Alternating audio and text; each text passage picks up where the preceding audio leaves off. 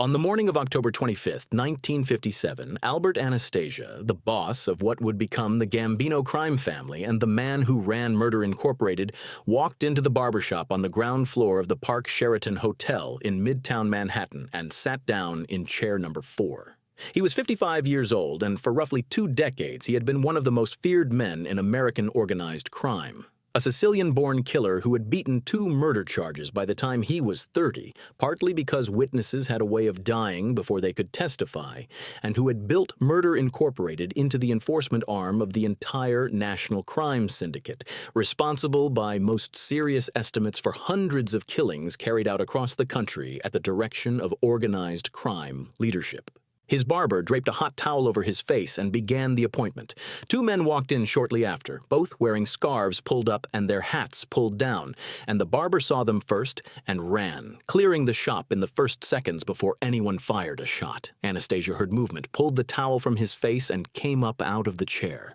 The gunman opened fire. In the chaos of the shooting, Anastasia lunged toward one of the men, but what he was actually attacking was his own reflection in the mirror that lined the wall in front of him, which was the kind of detail that investigators and journalists would repeat for decades afterward because it captured something almost unbearably human about the final seconds of a man whose entire career had been built on controlling exactly these kinds of situations. He was shot multiple times and fell forward onto the floor, face down, still wearing the barber's smock they had put on him when he sat down. The hit had been organized by Vito Genovese, who wanted Anastasia removed as an obstacle to his own consolidation of power within the New York families, and by Carlo Gambino, who stood directly to inherit control of Anastasia's family and had given Genovese the alignment he needed to move forward. Anastasia had also recently begun selling membership in the American Mafia to men he had no authorization to induct, which had generated serious hostility from leadership across multiple families, and that combination of factors had produced a consensus that was, by the time of the barbershop appointment, essentially unanimous. Nobody was ever charged, and the 2 gunmen were never publicly identified, which was an outcome that surprised precisely no one who understood how thoroughly Anastasia's death had been approved at the top. On the evening of December 16, 1985, Paul Castellano, the boss of the Gambino crime family and the most powerful mob figure in New York City, was shot to death outside a Midtown Manhattan steakhouse in the middle of the Christmas shopping rush while hundreds of people watched. Castellano had inherited the family from Carlo Gambino in 1976 and ran it with a corporate detachment that alienated him from the street-level crews who formed the organization's backbone. He was 70 years old, known as Big Paul, and he operated primarily from his Staten Island mansion, which his men had taken to calling the White House, keeping himself at a deliberate remove from the kind of men who actually carried out the family's violence, a posture that earned him a reputation for arrogance among the captains and soldiers who were expected to earn for him without ever being acknowledged. By late 1985, John Gotti, the captain of the Bergen crew in Queens, had been quietly building a coalition of disaffected Gambino members who believed Castellano was weak, self-dealing, and dangerous to be around, particularly after federal indictments had begun landing close to the top of the organization and questions circulated about how cooperative Castellano might be willing to become. On the evening of December 16th, Castellano and his driver, underboss Thomas Bellotti, pulled up to Sparks Steakhouse on East 46th Street at approximately 5:16 in the afternoon during the densest part of the evening commute, with pedestrians moving in every direction along the sidewalks. 4 men in matching white trench coats and black fur hats were already positioned outside the entrance. As Castellano stepped out of the passenger side of the car, they opened fire, shooting him multiple times in the head and body before he reached the restaurant door. Bellotti was shot dead on the driver's side almost simultaneously. John Gotti and Salvatore Gravano were parked in a car on the opposite side of the street and watched the shooting unfold. Gotti then drove slowly past the bodies to confirm both men were dead before leaving the scene. The entire operation lasted seconds, and it happened in front of a crowd of holiday shoppers on one of the busiest commercial blocks in Manhattan, which was not an accident but a declaration. What Gotti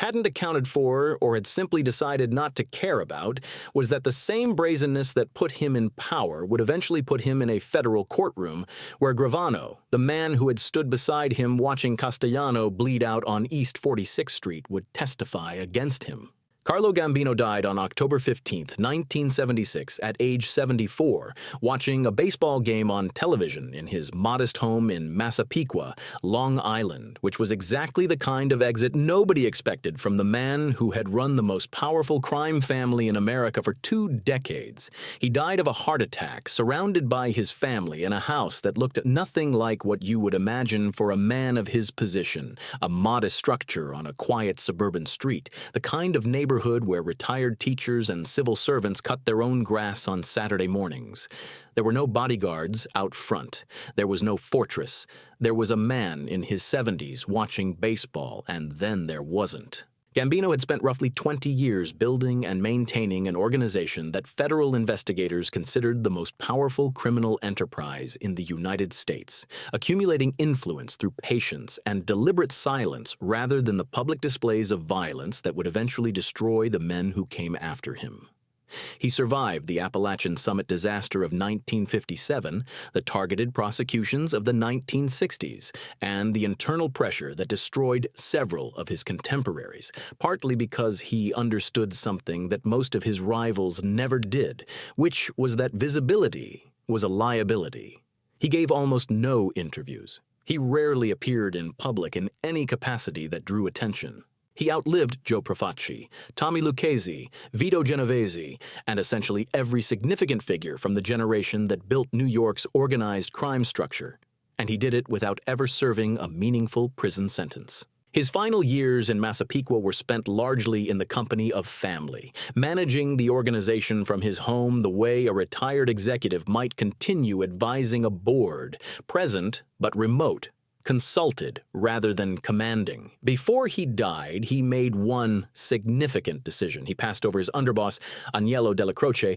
a move that Della Croce accepted publicly and resented privately, and appointed his cousin Paul Castellano instead, a man the street-level captains largely viewed as a businessman who had never earned the position the hard way. The decision to hand the family to Castellano instead of Della Croce didn't cost Gambino anything because he was already dead. But it cost Castellano his life 9 years later, in front of a steakhouse on 46th Street. John Gotti, who had ordered the murder of his own boss and then held a press conference on the street outside his social club the following day, died on June 10, 2002, in a federal prison hospital in Springfield, Missouri, of throat cancer, at 61, having spent the previous decade in near solitary confinement. For the 7 years between the Castellano assassination in December 1985 and his conviction in April 1992, Gotti operated with a visibility that no serious organized crime figure had ever attempted,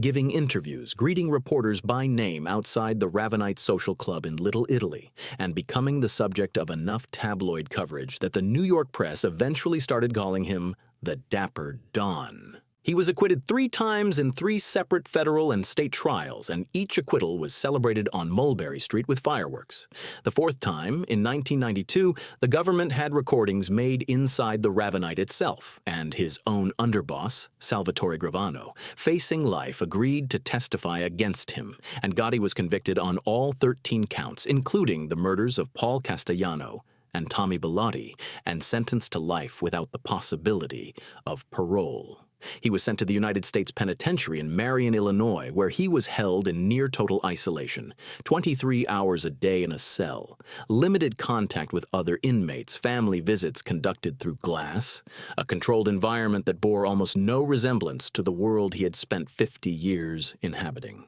In 1998, doctors diagnosed him with squamous cell carcinoma of the head and neck, and he was transferred to the Federal Medical Center in Springfield, Missouri, where surgeons removed a tumor and the cancer came back. Around this period, his son John Gotti Jr., who had been running the Gambino family in his father's absence, traveled to Springfield to ask his father's permission to leave organized crime entirely, a request that by any mafia standard was an extraordinary one, and Gotti's initial response was fury. demanding to know where his son's dignity was, where his manhood was, before something in the conversation shifted and the man in the prison bed stopped being the boss of the Gambino family and became, for the remainder of that visit, a father. The cancer progressed through 2001 and into 2002, and by the time the Bureau of Prisons photographed him in the months before his death, the transformation was complete. The last known photograph taken of him by the Bureau of Prisons shows a gaunt, nearly bald man in a gray t-shirt staring at the camera with no expression. Al Capone, the most famous gangster who ever lived,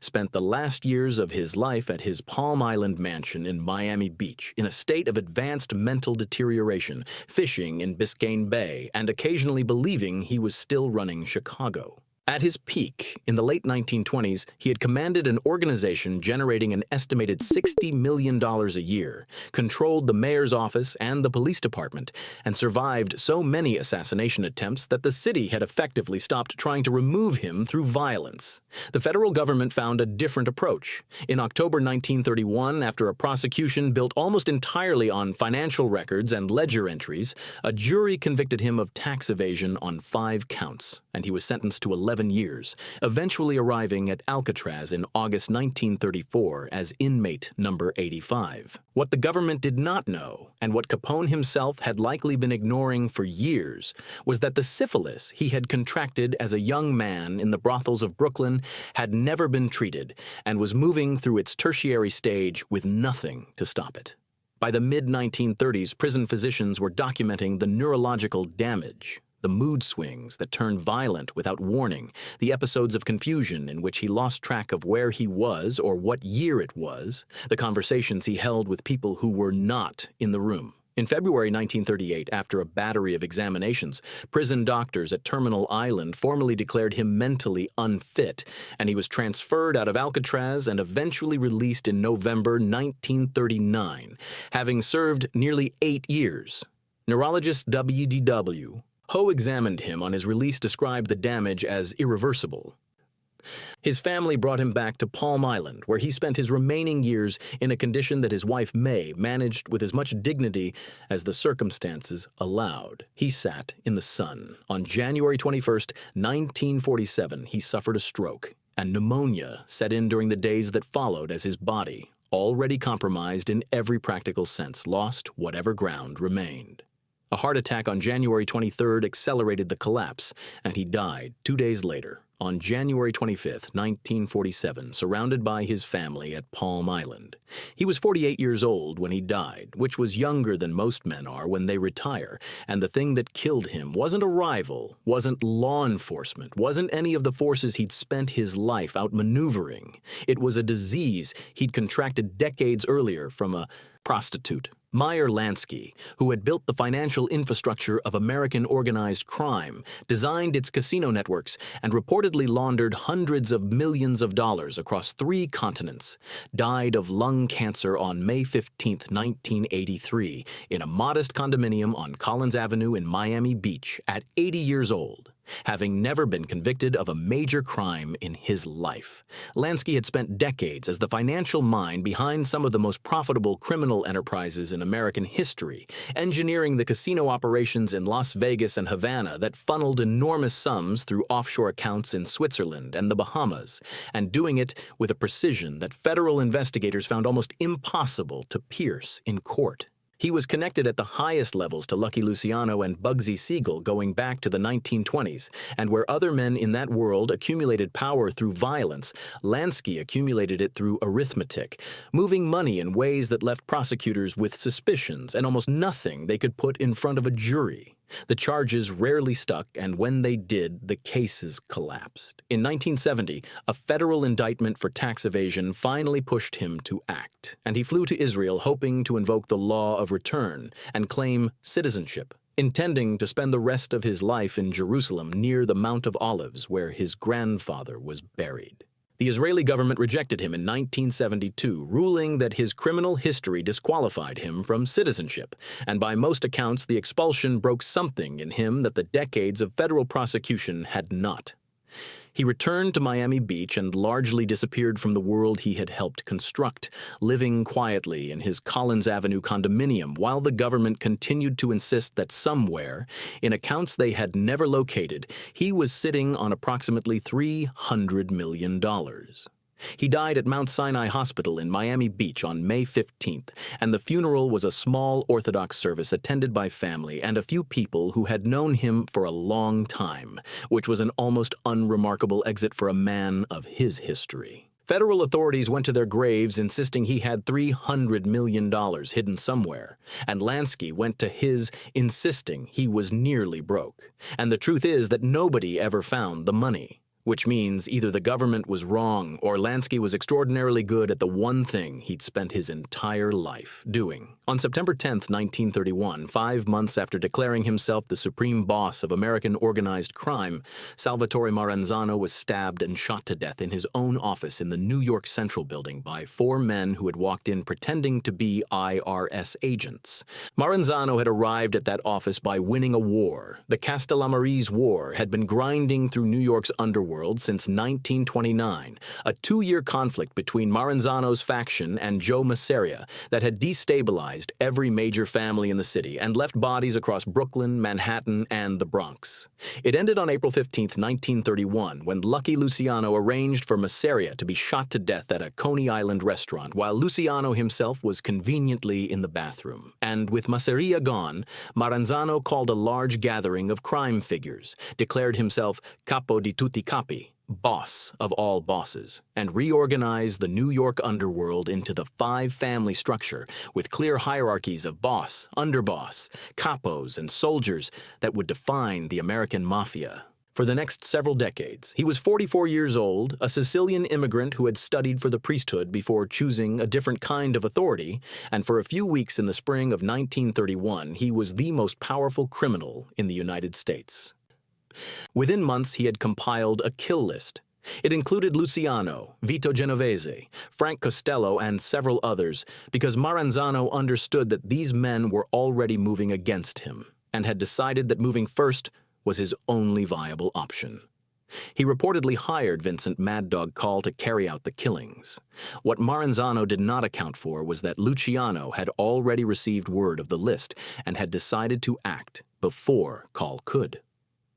On the afternoon of September 10th, 4 men connected to the Jewish mob, brought in specifically because Maranzano's own people would not recognize them, entered his Park Avenue offices posing as federal tax agents, herded his staff into a separate room, and stabbed Maranzano multiple times before shooting him 4 times when the stabbing too long. He was dead before any of his own men could respond. Luciano used the next 24 hours to have Maranzano's loyalists killed across the country in coordinated hits, which meant the man who had designed the modern American Mafia had also, inadvertently, designed the mechanism of his own replacement. Joe Masseria, who had once survived 2 gunmen firing at him on a crowded New York street and reportedly told people afterward that he could dodge bullets, was shot to death on April 15, 1931, at a Coney Island restaurant while playing cards with Lucky Luciano, who had excused himself to use the bathroom moments before the shooters walked in. Through the 1920s, Masseria had dominated New York's underworld with a combination of violence and political cunning that made him, for a time,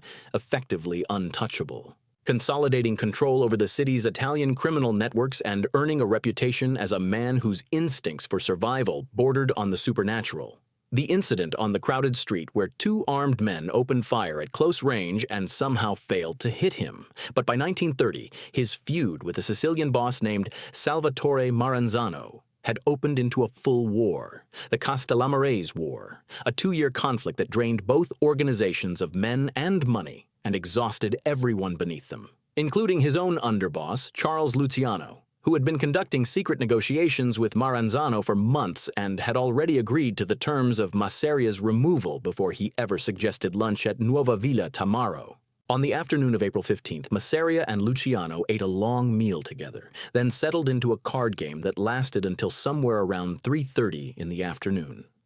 when Luciano stood up and walked to the bathroom at the back of the restaurant. 4 men came through the door within moments of Luciano leaving the table, reportedly Bugsy Siegel, Vito Genovese, Joe Adonis, Albert Anastasia, though no one was ever charged and no witnesses came forward willing to name anyone. They shot Masseria multiple times at the card table. When police arrived, they found him slumped forward with the ace of spades still in his hand, a detail that has appeared in virtually every account of the killings since. Though whether the card was found there naturally or placed there afterward has never been established with any certainty. Luciano walked back out of the bathroom, called the police, told them he'd heard shots and found his friend dead, was taken in for questioning and released the same day, and 3 months later, the man he'd handed power to was also dead. On the night of June 19, 1975, Sam Giancana, the former boss of the Chicago outfit and one-time CIA asset in plots to kill Fidel Castro, was in the basement kitchen of his Oak Park home making sausage and peppers when someone he had let into the house shot him once in the back of the head and then 6 more times around the mouth. The 6 shots around the mouth were not random. In the tradition Giancana had operated inside for decades, it was a message about talking, and the fact that it was delivered in his own kitchen by someone he had trusted enough to let through his front door said something about how completely his world had collapsed around him. Giancana had run the Chicago outfit from the late 1950s through the mid-1960s, a period during which he maintained relationships that most organized crime bosses would have found implausible, among them Frank Sinatra, who served as an informal bridge between Giancana and the Kennedy political orbit, and officials inside the Central Intelligence Agency who were actively soliciting his help in a series of plots to assassinate Fidel Castro. Whether Giancana's reach extended into the 1960 presidential election has never been definitively established, but the FBI believed it did, and the allegation was documented enough to be taken seriously by investigators for years afterward. By the early 1970s, he had spent several years in self-imposed exile in Cuernavaca, Mexico, where he lived quietly while American prosecutors attempted to build cases they could make stick, and in 1974, Mexican authorities deported him back to the United States. He was 67 by 1975, recovering from gallbladder surgery and significantly diminished from the man who had once commanded one of the most powerful criminal organizations in the country. The Church Committee, a Senate Select Committee investigating the CIA's covert operations, including its use of organized crime figures as operational assets in foreign assassination plots, had subpoenaed him, and his testimony was considered significant enough that investigators had been preparing for it for weeks. He had been scheduled to testify before the Church Committee the following morning about the CIA's use of organized crime figures in assassination operations, and whether or not that had anything to do with what happened in his kitchen the night before is a question that has remained open for 50 years.